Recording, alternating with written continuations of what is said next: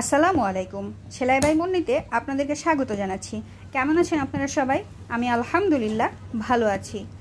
আপনাদের সাথে শেয়ার করেছিলাম যে নিউ মার্কেট থেকে আমি একটা কিয়ামের 26 সিএমের কড়াই কিনে নিয়ে এসেছিলাম আমার ইনফ্রারেড চুলায় ব্যবহার করার জন্য। সেটাই এখন আনবক্সিং করে দেখাচ্ছি আপনাদেরকে।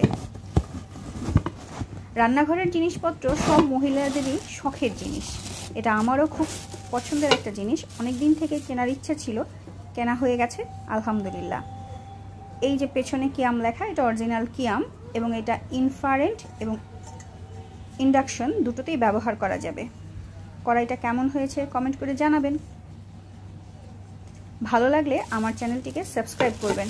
এরকম আরও সুন্দর সুন্দর ভিডিও সামনে আসবে ইনশাল্লাহ।